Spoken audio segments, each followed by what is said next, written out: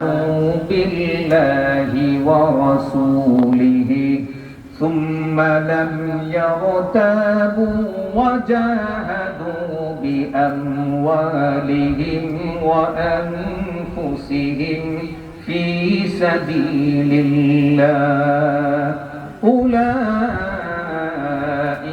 هم الصادقون.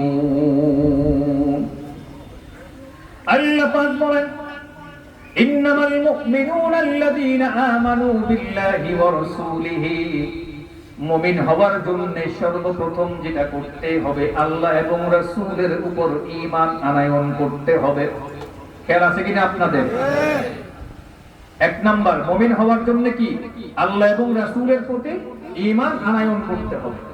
আচ্ছা, ঈমান আনয়ন করলে মানে কালেমা পড়লে, ঈমান আনয়ন করলে এবার কালেমার সব অর্থ আপনি বিশ্বাস করলেন যে সবই আমার আল্লাহ, আল্লাহ ছাড়া আমার আর কিচ্ছু নাই, এটা বিশ্বাস করলেন।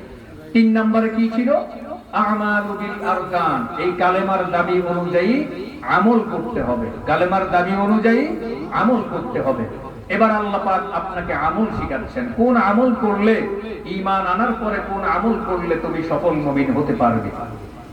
আল্লাহ পাক বলেন সুম্মা লাম ইয়ারতাবু, সুম্মা অতঃপর লাম ইয়ারতাবু, যে আল্লাহ এবং রাসূলের উপর ঈমান আনয়ন করেছো সেই ব্যাপারে কোনো সন্দেহ করা যাবে না।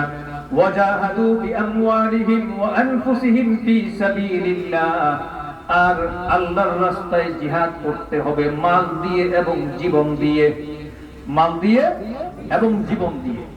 এটা কি আমল? এটা কি আমল? ঈমানের 3টা স্তর, কয়টা বলেছিলাম?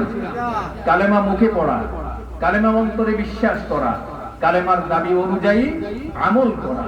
আমল আল্লাহ পাক শিখিয়ে দিচ্ছেন, ওয়াজাহাদু বিআমওয়ালিহিম ওয়া আনফুসিহিম ফি সাবিলিল্লাহ। বান্দা তুমি ঈমান এনেছো, কালেমা পড়েছো, কালেমা বিশ্বাস করেছো, এবার তোমার দায়িত্ব হলো মাল দিয়ে জান দিয়ে আল্লাহর রাস্তায় তোমাকে জিহাদ করতে হবে। এই আমল তোমাকে করতেই হবে। এই আমল যদি তুমি দুনিয়াতে করো, উলাইকা হুমুস সাদিকুন। আল্লাহ পাক বলেন এরাই সত্যবাদী, এরাই সত্যনিষ্ঠ। সুবহানাল্লাহ। তাহলে কালেমা মুখে পড়লাম, কালেমা অন্তরে বিশ্বাস করলাম, এটা করার পরে আল্লাহ পাক আমল দিয়েছেন মাল দিয়ে জান দিয়ে আল্লাহর রাস্তায় জিহাদ করা লাগবে, আল্লাহর রাস্তায় জিহাদ করা লাগবে। তাহলেই হওয়া যাবে সফল মুমিন। কি হওয়া যাবে? সফল মুমিন। আপনি যখন সফল মুমিন হয়ে যাবেন, কালেমা মুখে পড়লেন, কালেমার অর্থগুলো আপনি অন্তরে বিশ্বাস করলেন, আল্লাহই আমার সব, আল্লাহ ছাড়া আর কোনো বান্ধব দুনিয়াতে আমার নাই, এটা যখন বিশ্বাস করলেন, এটা বিশ্বাস করার পরে যখন আপনি জিহাদ করলেন মাল দিয়ে জান দিয়ে আল্লাহর রাস্তায়, এই কাজগুলো করার পরে সত্যবাদী আল্লাহ পাক আপনাকে ঘোষণা দিল, এবার আপনার আমার জন্য আল্লাহ পাকের পক্ষ থেকে একটি ওয়াদা রয়েছে। কি রয়েছে? ওয়াদা। আল্লাহ পাক সূরা তাওবার ৭২ নম্বর আয়াতের মধ্যে বলছেন, ওয়া'দাল্লাহুল মুমিনিনা ওয়াল মুমিনাতি জান্নাতিন তাজরি মিন তাহতিহাল আনহারু খালিদিনা ফিহা।